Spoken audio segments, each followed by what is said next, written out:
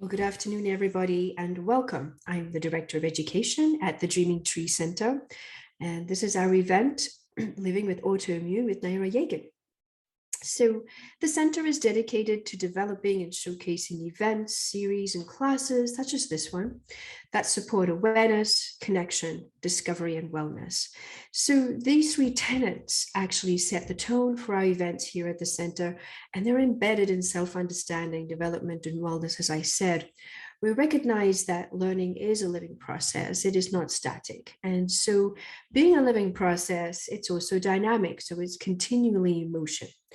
It's lifelong. It's not something that happens overnight. It's a lifelong process. And it runs hand in hand with our journey, the journey that we call life. It's also our narrative and our expression.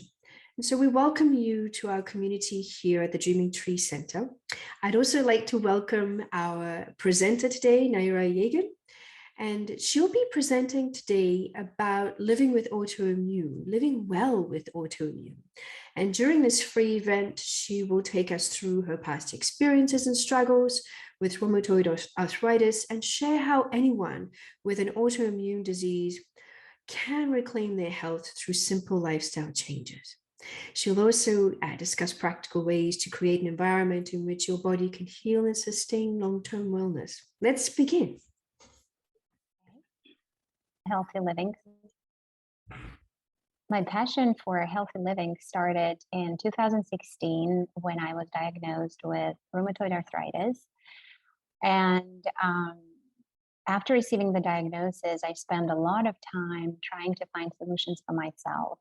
And the first 3 years were very difficult, but based on all my experiences and my recovery, I created a 12-week one-on-one health and lifestyle coaching program to help other people who may be suffering with similar disorders, conditions, to really help them push through the limitations of autoimmune conditions. And so I created a customizable program that takes into account the whole person, and not just separate anatomical parts of our body that may be affected by our illness.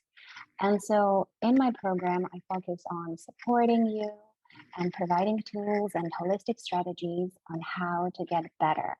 And these include clean eating, exercise, positive mindset, mind-body practices.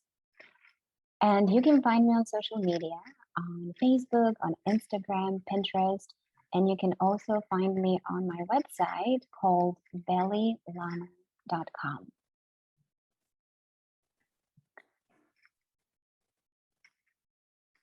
So you can see the icons right there.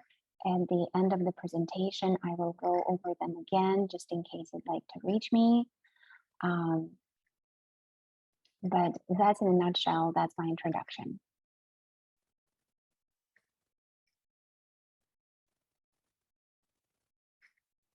All right, now it's important to mention before I get started that the information presented in today's webinar is based upon my research and my personal experiences.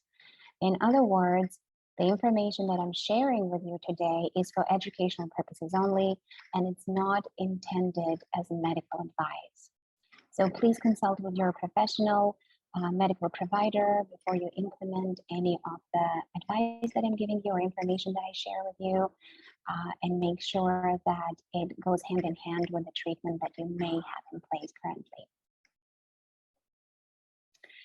So in today's webinar, we're going to cover important topics as follows. We're going to talk about coping with loss of health, which happens when you get a diagnosis of chronic illness, building the right support team, strategies and tips on how to advocate for yourself, ways to lower inflammation. We will also look at the microbiome, the leaky gut, and some nutrition to reverse leaky gut. And we will also touch upon exercises and mind-body practices. I will speak for about 45 minutes, and then we'll have 15 minutes for questions and answers. And at the end of this webinar, you will have an opportunity to sign up for an ebook that I have created, which will summarize most of the information and also include some exercises that you can use to improve your health. Now, I would also like to mention that even though this webinar is specifically on autoimmune conditions, it is also providing very important information that you can use just to improve your overall general health, whether or not you have autoimmune or chronic condition. And if anything else, this can be some information that you can use preventatively to become aware of issues that may eventually lead to chronic illness. So I hope you find it useful.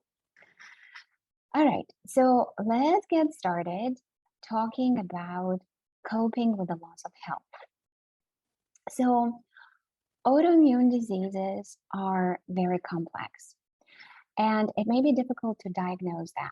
Some of us may receive a clear-cut diagnosis of an autoimmune condition fairly quickly, while others may have to deal with a lot of speculation before a formal and accurate diagnosis is given to us, which actually adds an additional layer of stress.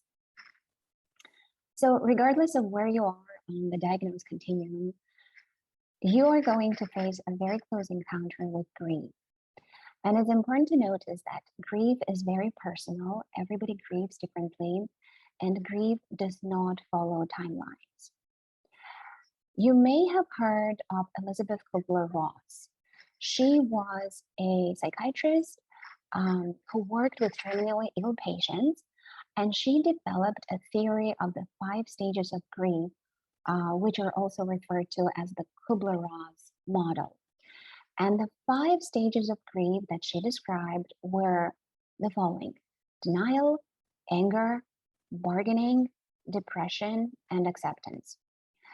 If you or anyone, a loved one who is struggling with an autoimmune condition, experiences any of these feelings, please know that this is absolutely common and this is absolutely normal. And like I said earlier, everybody grieves differently, and this is a very non-linear process. What I mean by that is that you may go into denial first after you receive the diagnosis, then you may go into depression, then you may go back to denial, then maybe to anger, then bargaining, and then acceptance. It just all depends. But it's important to be kind to yourself, to give yourself time to grieve, however long it may take.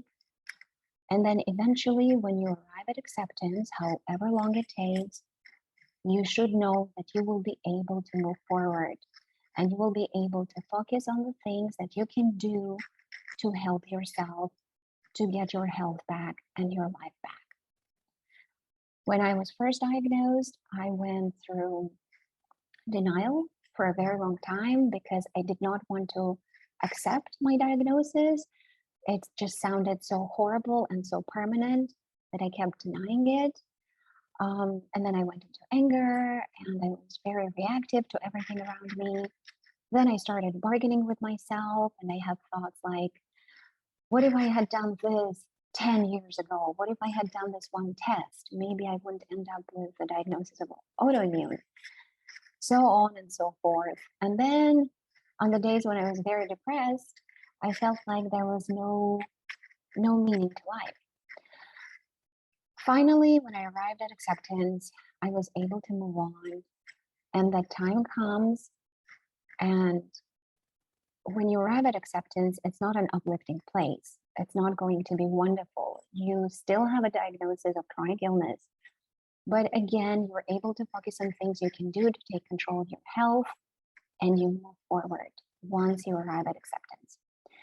So in the ebook that you are going to sign up for at the end of this webinar, there is an exercise that I would encourage you to complete to determine what stage of grief you may be in. If you don't have an autoimmune condition, share it with a loved one, a friend who may have it, and see where they are. Again, all the emotions are absolutely normal, and you can experience them not just with the loss of health. This can be any kind of trauma, any kind of loss that you experience. It's very normal and very common to go through those emotions. All right, let's move on to the next slide. and take a look at how we can build a team, a supportive team that can support you through your journey, um, through your autoimmune journey. Okay, so having support while you navigate the complexities of your autoimmune condition is absolutely key. Not only does it provide much needed support, but it also determines on how quickly you shift out of a victim mentality and you set a game plan to get better. Now, when you look for a medical professional, I think it's important that you work with somebody who shares your approach and your view to health. That way you can be in alignment, and that way you can take a collaborative approach to the treatment that you choose for yourself. Now, conventional medicine, generally speaking, is the medicine that diagnoses the disease that you have and determines what drugs should be taken to treat the symptoms or different anatomical parts of your body. I'm a big proponent of functional medicine because it considers the diagnosis, but it also digs a little bit deeper and seeks to answer the question why. In other words, it uncovers the root cause of why you came down with an autoimmune condition or a chronic illness in the first place. I personally think conventional medicine is wonderful at handling acute trauma like a heart attack or a broken leg. But I think for the treatment, the long treatment of chronic illness, treatment and management, for me personally, functional medicine is the way to go. So the most important player in this whole scenario is you. This is your body. This is your treatment. At the end of the day, you choose what happens to your body and what treatment you undertake. Key players on your support team are going to be your medical providers. And this can include a medical doctor, a doctor of osteopathic medicine, naturopathic doctor, whoever aligns with your vision and your approach to healthcare. Some other support players may be family, friends, a health coach, a counselor. Whatever you do, make sure that you take a very collaborative approach to building your team. When I was building my team, I definitely found myself being a little bit closed-minded, and I wasn't really open to different suggestions that were coming from different doctors. Actually, they seemed to be very confused, and I felt very confused and overwhelmed. But try to keep an open mind and try to collaborate with your support team. In the ebook, I have put together a list that you can fill out to list all the members of your support team. And the reason I would like you to complete this exercise is to show you that great support can make your journey a true success.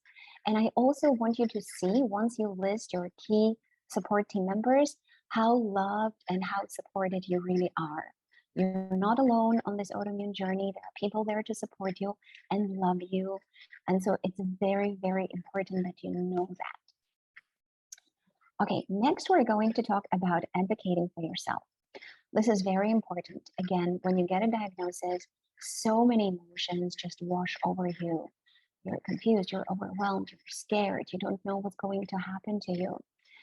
So the more you learn about your condition, the more you can advocate for yourself. Knowledge is power. If something does not feel right to you, respectfully bring it up to your medical provider and always respect your instincts. Again, at the end of the day, this is your body. If something doesn't feel right, bring it up to the medical provider. It's okay to get a second opinion. I certainly did, second, third, fourth. It's okay to change healthcare providers if you know that it's not a good match. It's okay to do that as well. And it's very important to correct dismissive attitudes about invisible symptoms. So, as you may know, with autoimmune, you may present physical symptoms like swollen hands or a patch of red skin, but you may also have invisible symptoms such as brain fog or fatigue. And a lot of times people assume because they can't see those symptoms, they assume that they're in your head. This is why they're called invisible, because you can't see them. So how many times have you heard somebody say, oh, you're taking a nap in the middle of the day, I wish I could do it? Or, you don't look sick, what's the problem? Just push through it, everything is fine. So it's really important that you try to put a stop to this dismissive, all in your head comments, because they can really affect you and really discourage you, and push you deeper into feelings of denial and depression and anger. There is an exercise in your ebook that I would like you to complete, because I think it will help you to use descriptive language. This is the tactic that I used to communicate with people close to me about my invisible symptoms. I used very descriptive language. I used analogies. I found ways to draw parallels with direct experiences of my support team members so that they could truly understand what I was going through. And that really helped, because the more people can relate to how you feel, the more they can support you. All right, now we're going to take a look at a very, very important topic. We're going to talk about the gut microbiome, dysbiosis, and leaky gut. Okay, so why do I want to talk about this? I'd like to talk about this because all disease begins in the gut. And research shows that 70 to 80% of our immune system lives in our gut. Now, autoimmunity is defined as overactive immune system. And it's important that if the immune system, well, the majority of it lives in the gut, that we look at the gut. Secondly, I like to talk about this topic because when you understand how your microbiome works, you start to realize just how much control you have over improving your own microbiome and healing the leaky gut. So here I'm talking about the gut microbiome. You have a microbiome everywhere, in your nose, on your skin. We are covered in microbes and bacteria head to toes.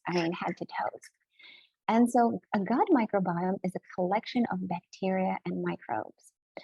And basically, they are microorganisms that live in your gut.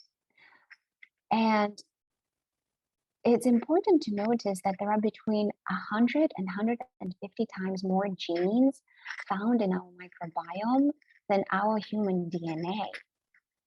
And so this has many experts gravitating towards calling our microbiome a whole organism with a life of its own. It's also important to notice that microbiome communicates with our brain. It's the gut-mind connection that we talk about so often. And it's linked to numerous functions beyond digesting food. These functions include regulating metabolism, regulating blood sugar, hormone production, and many, many more. So now you can see the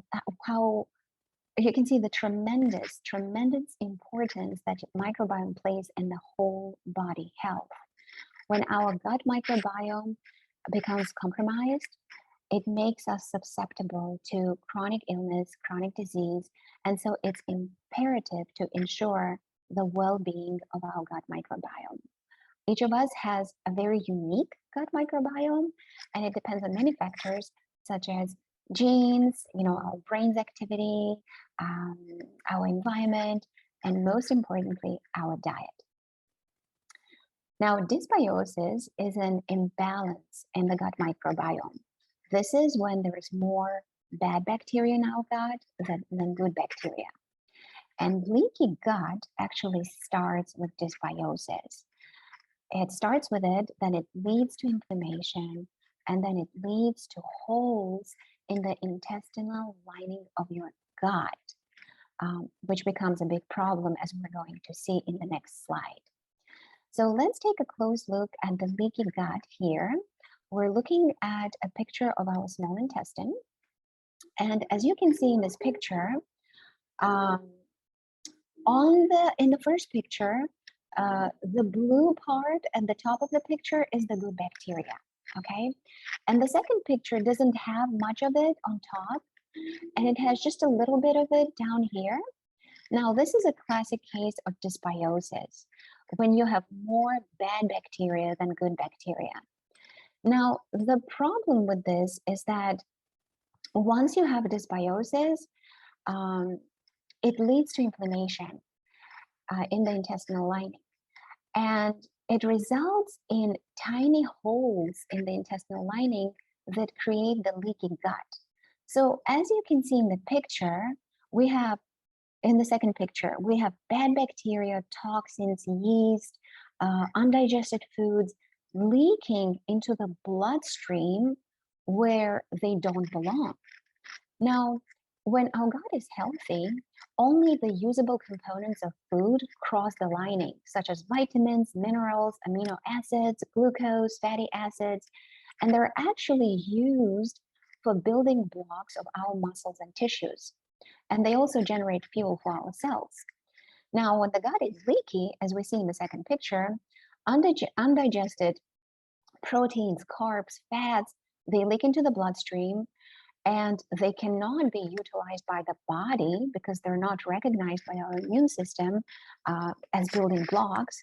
Instead, our immune system codes them as foreign invaders and prompts a chronic inflammatory response. Now, this is a big problem because this causes our immune system to go into a state of constant agitation, and it creates low-grade chronic inflammation. It also leads to possible development of food allergies and sensitivities, and it pretty much creates chaos in the gut. So another thing that I wanted to talk to you about is molecular mimicry. When our immune system starts producing antibodies to destroy these unrecognized invaders that are now in the bloodstream, these antibodies are there to identify and destroy these invaders. And some of these toxins that are now in the blood may closely resemble certain tissues in our own body. This is what's called molecular mimicry. Now, if this happens, our immune system starts attacking our own tissue. This is the whole definition of autoimmunity, when the immune system turns on itself and starts attacking cells. So you can see the connection here. And now when the molecular mimicry occurs and your immune system is in the chronic stage of being activated, you may end up with actually a full-blown diagnosis of autoimmune disease if your condition is not recognized and not treated. So this is a big problem. And this is why I wanted you to see this, because this is so visual, and it really paints a picture of what can happen if you have a leaky gut. Okay, so moving on very quickly, I wanted to let you know some of the symptoms of the leaky gut on the next slide. So our gut is so powerful, it influences all aspects of our health.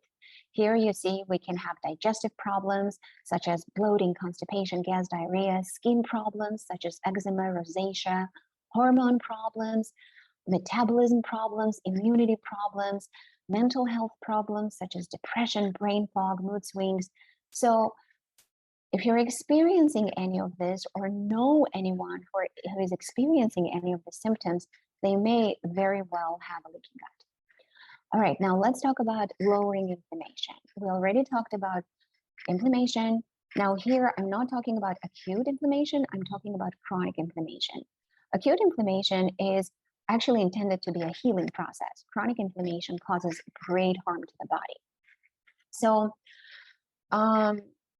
there are a number of tests that measure the inflammation in the body. And one of them, one of the biomarkers of inflammation is called CRP, C-reactive protein. Now you can work with your medical provider to get tested, and C-reactive protein basically does not hold steady. And what you have to do with it is you have to get tested maybe every 4 to 6 weeks. It has to be kind of like a repeated study so that you can see data and you can see whether or not the medication or treatment that you are taking is helping to lower the inflammation or not. It's very important to lower the inflammation in the body because the longer it continues, the more agitated your immune system becomes.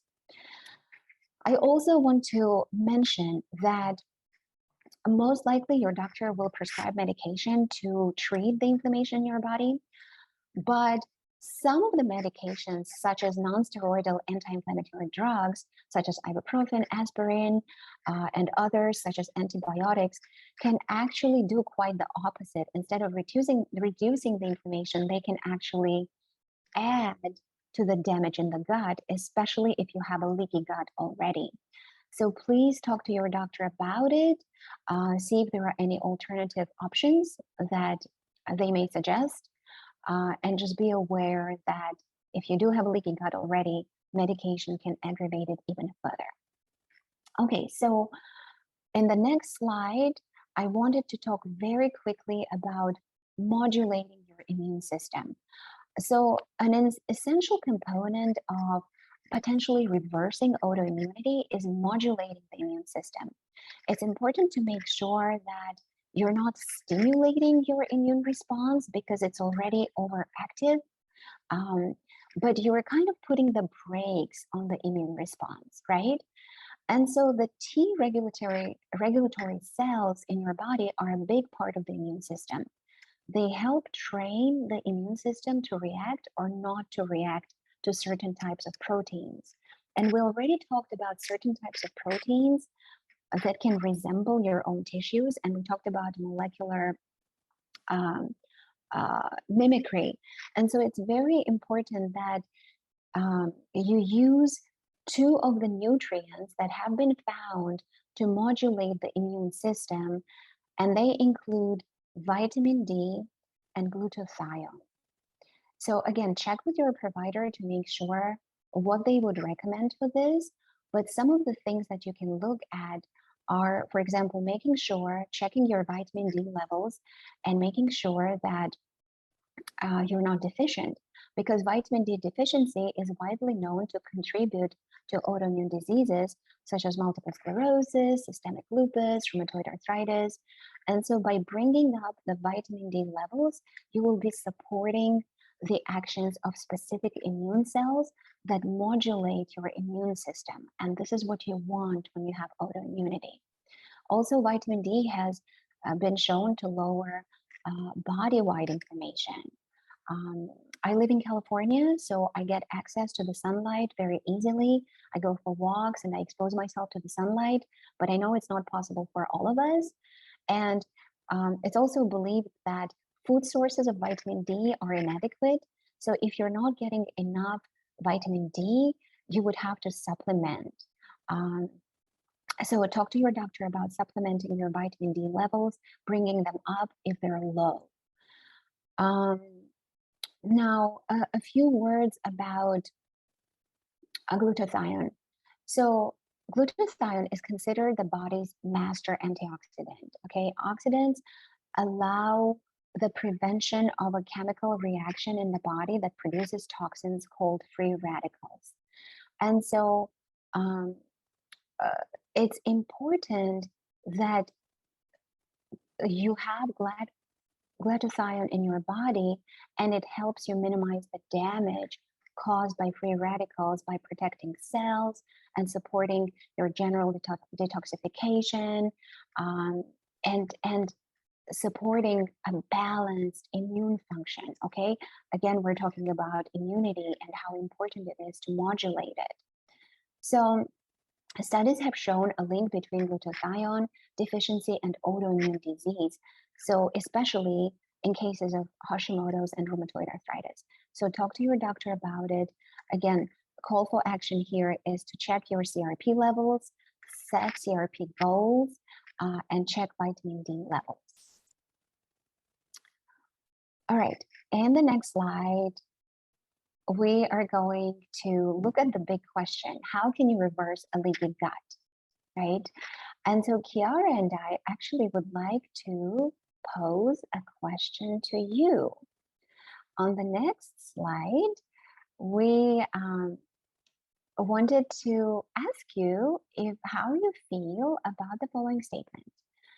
Food is medicine. Do you agree with this statement? Do you disagree? Yes or no? Let us know how you feel about this statement. We're very curious to poll you on it and find out how you feel about it. Okay, Judith said yes. Okay, thank you.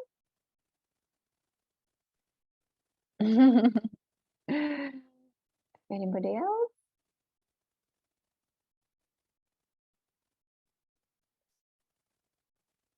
We actually do have a poll set up. It took me a little while because I had to get out of the shared screen. So thanks for bearing with me. But if you want to, you can use it and then we can begin to get a sense. How do you feel about food as medicine is the question.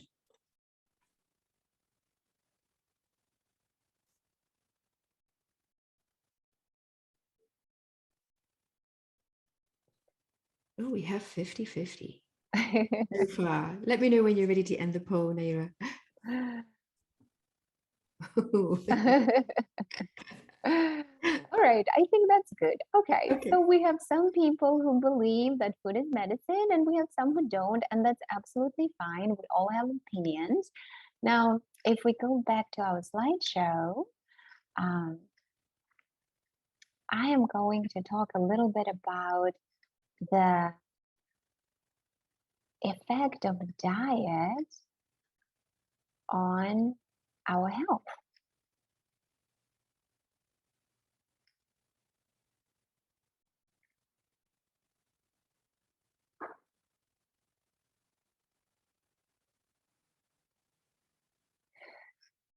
So studies actually show that in addition to stress, the next most common driver of leaky gut is poor diet. This is why I personally believe that food is medicine. So when people ask me about the best diet, I don't have a definitive answer for that because each of us is very unique. Some people thrive as vegans. Some people thrive as vegetarians. Some people thrive on paleo diet. We're all very unique. And like I said earlier, we have a very unique microbiome. So whatever diet you prescribe to, my suggestion would be to put a strong emphasis on plant-based whole foods. Because the truth is that our standard American diet dysregulates our immune system. It's full of processed foods and sugars, and it really doesn't help us. So personally, my diet is very Mediterranean inspired, but I'm also gluten-free, dairy-free, and sugar-free. And I also have some sensitivity to nightshades, so I also avoid nightshades.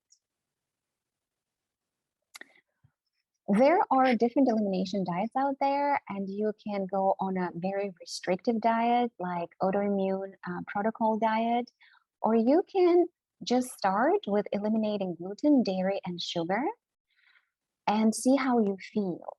Now, I do want to talk about gluten, dairy, and sugar because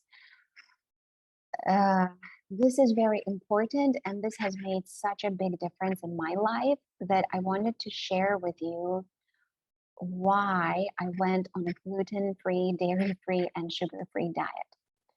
So the big question is, first of all, is gluten bad for everybody? The answer is no, it's not bad for everybody. And as a matter of fact, gluten can provide much needed fiber for our gut. However, The way that the gluten is processed or wheat is processed these days is not the same way it was processed 50, 60 years ago. Today's wheat is hybridized and chemically mutated, and pretty much when we eat this kind of wheat, we're taking in the poison with every bite. So I chose to eliminate gluten, and it was life-changing for me. You can try to eliminate gluten, see how you feel, and then reintroduce it, and again, gauge how you feel. If you feel fine, and you don't have a celiac disease and you don't have a non-celiac gluten sensitivity, which 20% of the population have, then it's okay. Then gluten is fine for you. But for me, it turned out that gluten was a no-no, so I no longer eat it. Now, I also want to say that when we consume gluten, it travels through our stomach to our small intestine, and it triggers the release of zonulin, which is a protein that signals the tight junctions of our intestinal wall to become porous. And this may actually lead to leaky gut, as we saw earlier. Also, gluten happens to be structurally similar to a number of our own body tissues. And this can, again, create molecular mimicry, like we talked about earlier. And so for me personally, I eliminated gluten for that reason too. With dairy also, I have a similar effect. You know, there's a similar molecular structure to gluten with dairy. And as far as refined sugars, they feed pathogenic bacteria, and they can actually fuel dysbiosis, where you get more bad bacteria than good bacteria, and may be very suppressive to the immune system. So eliminating those three things out of my diet have been actually life-changing for me. So you may want to look into it if you're so inclined.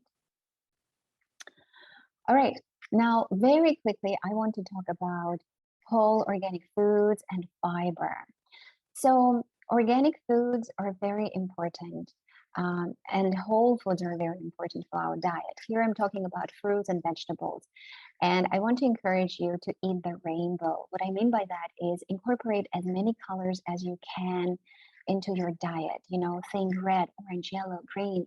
The more different colored fruits you eat and more vegetables you eat, the more diverse your microbiome becomes. And this is what you want. You want nutrients, you want benefits in your gut. When we restore the health of our gut microbiome, we enhance our immune system. And this is very important with autoimmunity.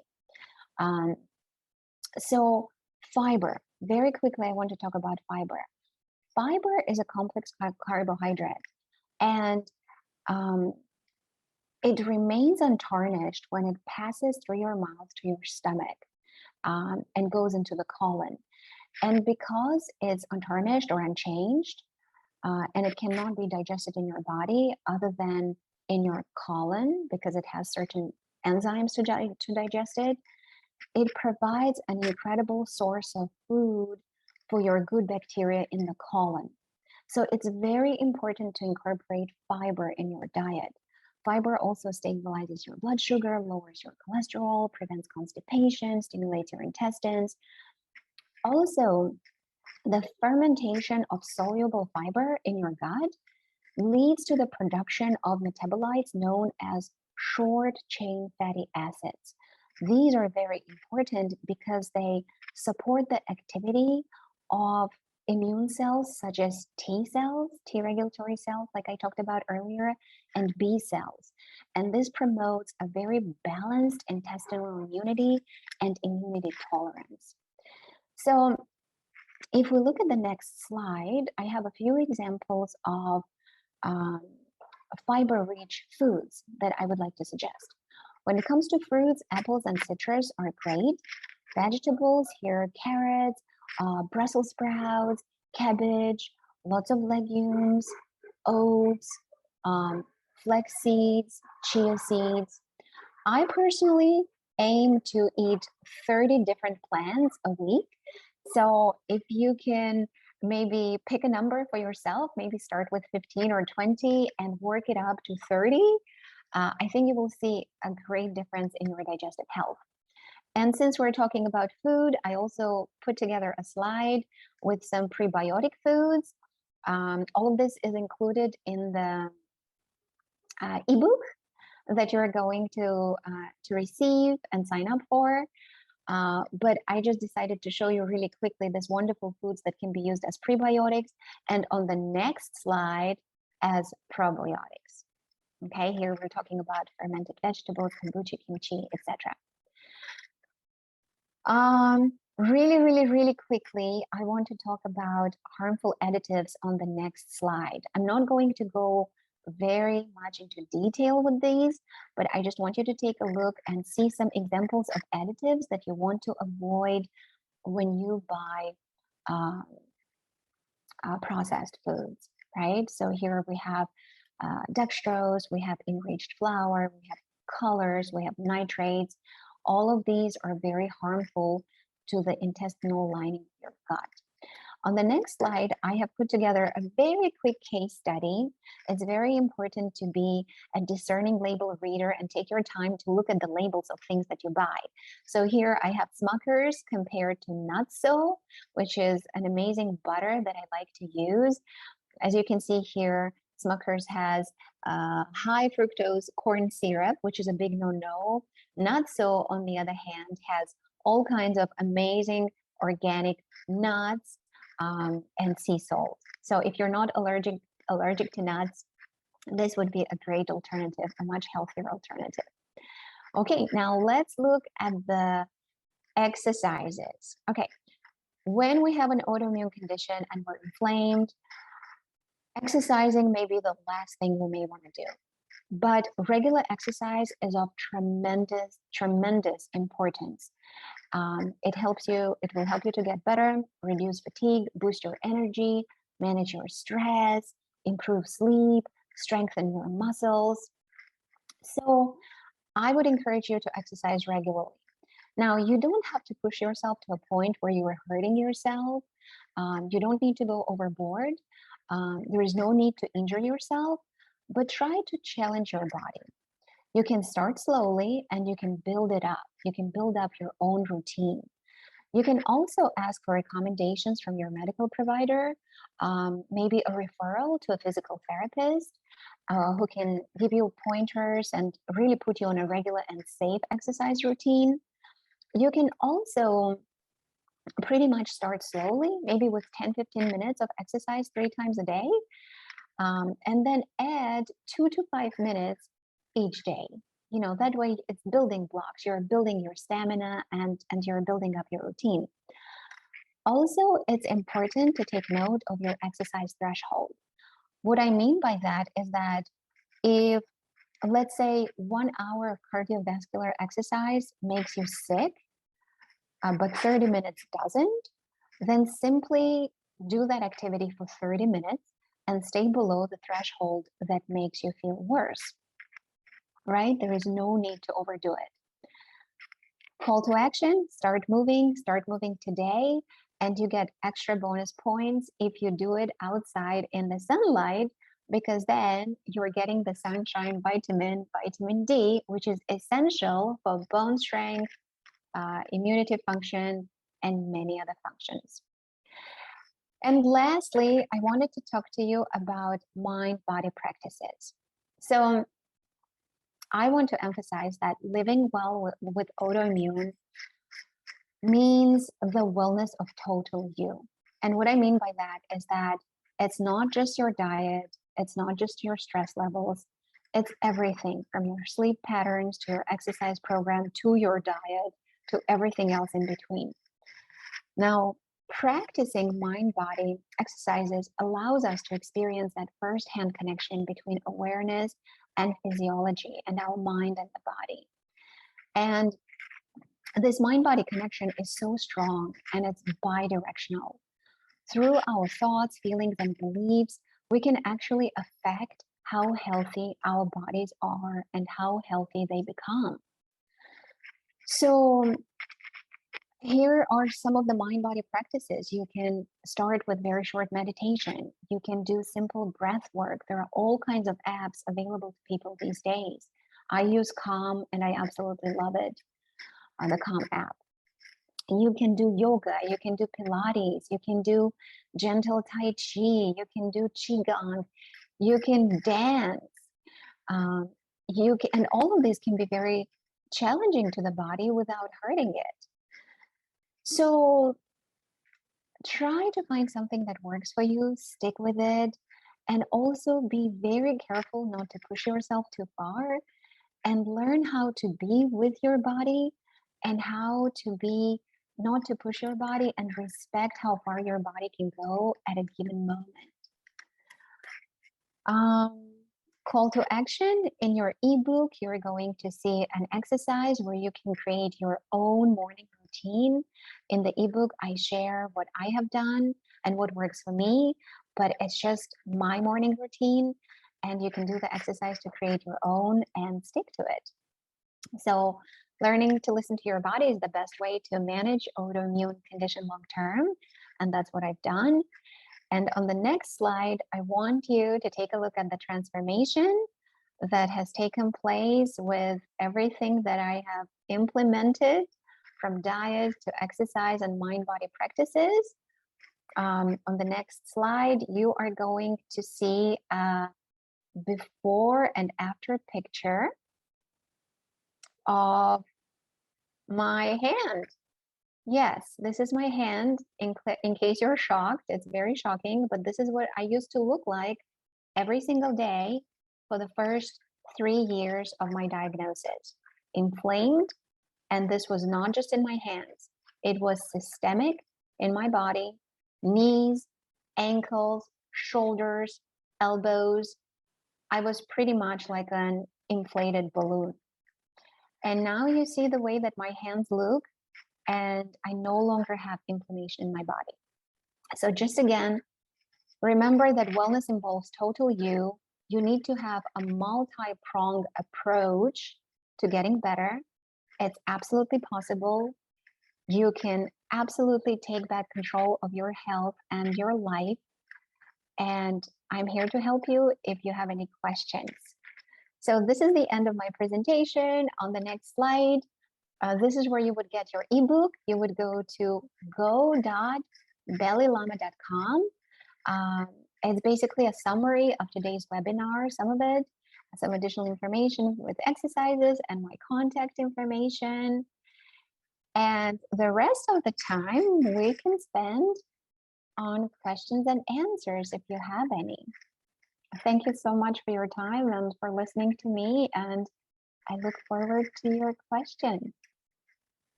Thanks, Naira. That was fabulous. Thank you, Kiara. Fabulous. So we're going to be using today the Q&A box for any questions that you have. And I'm just going to say, you know, my favorite topic is the microbiome. You know it. So while we're waiting for any questions that people might have, I want to say how excited I was to see that in there. So we have someone who is asking, how did you manage the pain? That's a very good question. So pain can be very challenging. And in the beginning of my treatment, I was actually on medication that helped me with the pain initially. After some time, it stopped working. Actually, within 3 months, it stopped working. So I kind of suffered through it, to be honest with you. I had a lot of pain. I was unable to complete daily tasks like taking a shower. Everything hurt. I wasn't able to do things that I used to do regularly, like going hiking. And I used a lot of meditation to calm myself and bring myself back to that idea of, it's okay, I know I'm in pain, but I'm going to embrace it instead of fighting it. And I think in a very psychosomatic way that put my mind at ease, that I was able to deal with the pain and go through it. and it also calmed my immune system. But a lot of meditation, a lot of breath work, a lot of positive mindset techniques, a lot of support from my family and friends, all of it. I can imagine. I can imagine. You've done an amazing turnaround. Thank you, So Kiara. yes, I mean, seeing that the slide with the before and after, that was very telling, and it was really confronting. And what I really wanted to say is how much courage that took. And I want to acknowledge that. I also want to acknowledge how your transformation has led you to where you are today. And I think that is, we've talked about this before, that is very, first of all, telling about who you are, but secondly, you're helping other people through events like this, through your coaching practice, and also your ebook. And I want to say that a whole person approach, like you mentioned, is truly important. And I'd like to segue here into perhaps looking at what you were saying, that it's actually a biopsychosocial and spiritual approach. So just as an example that you gave with managing the pain, that's exactly what you just did. You gave the different elements of what it is to be human and the mind-body connection.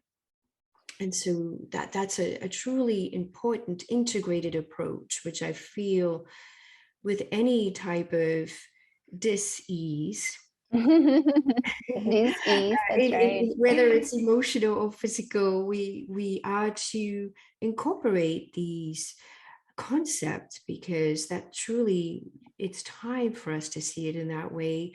And like you said right at the beginning of your presentation, there is no separation of variables. They're all part and parcel. Yes, Kiara, absolutely. And I have to say, when I was first building my team, well, first of all, when I was diagnosed, I did not expect it. I seemed to be healthy. I didn't know what rheumatoid arthritis was. I thought it was a disease for old people. I had just turned 40 years of age. I was full of life. So when you first receive a diagnosis, and while you're grappling with the idea of having a chronic illness for the rest of your life, you go through so many emotions. You feel overwhelmed, scared. You don't know what to do. You don't know where to turn. And when I was first starting to build my support team, I came across a lot of insensitivity. My primary physician actually called me a hypochondriac to my face because I was so nervous about my tests and I was asking a lot of questions and I didn't feel supported. And so this is why I had to turn inwards and pretty much rely on myself mainly to tap into meditation and breath work and connecting with myself and calming myself down and my immune system, because initially that support did not come from a conventional medical provider. I later worked with a naturopath who was more open to listening and taking that whole body approach, which is my approach to health. And I felt more calm and more at ease. But it was a very rough beginning for me in the beginning. And when meditation and breath work started working slowly for me, and when I changed my living environment, which was causing a lot of stress, and I changed my work environment, the office work was very stressful. When I started to see glimpses of improvement, I knew that total you wellness played the biggest role in my recovery. And so I focused on that, and it continued to work. I can imagine. Well, that's incredible, really. So you took control of your health and the direction that you were going to go in. So we have a participant who is asking, is fatigue something that you still have an issue with to this day? That's a great question. Thank you for asking. No, I don't. I don't have any fatigue. I used to be so tired to get myself out of bed, into the shower, to get dressed, and to get myself to the office would take Herculean effort for me. It was so difficult. I was so fatigued the whole time. I had brain fog. I could not concentrate in meetings. I felt just out of touch with reality in my own body. I don't have any of that anymore. And I think it's because I addressed the leaky gut, and Yes. I had a horrible leaky gut. And if I can share with you really quickly, in my 20s, I had a recurring viral infection that would not go away for years. And so, of course, back then I was very young, invincible. I was living a life, busy traveling. I had a career. And so I didn't have the knowledge that I have now. So I went to a doctor, a Western doctor, and what did they do? They prescribed antibiotics. So I took these antibiotics for about 2 years. Every time I would finish a cycle of antibiotics, my viral infection would come back and I would have to get back on antibiotics. And this was going on for 2 years. Needless to say, I ruined my gut. There was no good bacteria left in it. I had the worst case of leaky gut.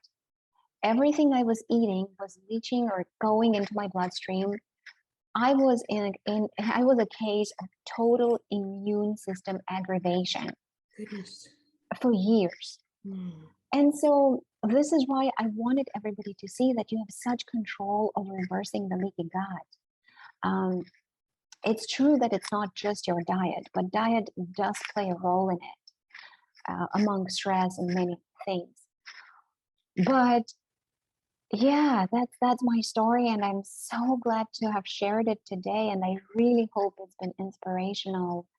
I really hope it lets people know that you can get better, you will get better. You just need to believe, give yourself permission and space to get better, and you will.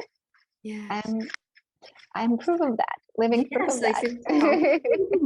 that. So, um, is there a way to heal the leaky gut? This is the next question that we have. It's a very good question. I guess it's a long process. It's not just one thing or the other. And like you said, it's unique, right, to the people, the person's Yeah, genetics and their situation. it's very unique. It depends on how bad the leaky gut is. Sometimes it can go on for years and years undiagnosed and untreated. And unfortunately, when you're handed the diagnosis of chronic illness, it has gone for so long that your body is completely worn out. And it basically said, I can no longer fight this inflammation. I'm giving up. And so it's very, very important to recognize the symptoms of leaky gut, address them. And yes, Kiara, it can take as long as 3 years. It's a process. I know. And staying off of the inflammatory foods, such as the casein, the gluten, if you have a sensitivity to them, I think is a key factor. And then obviously working with your own, either your primary care physician or a naturopathic doctor that you trust, and to stick with it. And I think I think the mind and the body, in terms of the attitude, the inner self-talk, and the practices of qigong, yoga, and so forth, really play a key role in anything to do with the physical body, right, and the mind. And you Absolutely. can't divorce the two. So Absolutely. And Kiara, I have to say, I was very lucky and fortunate that at the time when I was going for this journey, I was working at a holistic school. So I was exposed to all the holistic practices and all the holistic practitioners who exposed me to this lifestyle. And I truly embraced it and I saw it work. yes, I was very fortunate. I'm glad. I'm so pleased. I'm very Thank happy you. that you had that, that you're able to share that, like I said before. Yeah. So we're going to be closing out soon. If anyone has any questions that you'd like to ask, now is the time. while we waiting for anyone else with any questions, Naira, what is it that you want to leave people with? I want to leave you with the hope that you can get better if you're struggling with a chronic illness. And I want you to know that I'm here for you if you need to talk to me. Um, I act as an accountability partner in my role as an autoimmune health coach, and I provide the support that I wish I had when I was first diagnosed. Yes. Um, you can reach out to me by email. You can email me at naira@bellylama.com. I'll be happy to get on a call with you, maybe take into account your unique circumstances and help you map out a holistic plan, a whole person plan to help you get better. And you can run it by your medical provider, see if it works for you, and then take it on. I want you to know you can get better. I want you to know there is life after chronic illness diagnosis. You have control of this. You can do this. Well, thank you so much, Naira. It's been an absolute pleasure to have you at the Dreaming Tree Center. And thank you, everybody, for joining us. And my name is Chiara Marapodi, and I am on the team of the Dreaming Tree, obviously. I'm so pleased to bring all these events to you, and we will have some more coming up, so look out for that. But I would like to end this meeting that we've had today and this event, and have a good afternoon. And thanks again, Naira. It's been an absolute pleasure. Thank you, Chiara. Same here. Goodbye. Goodbye.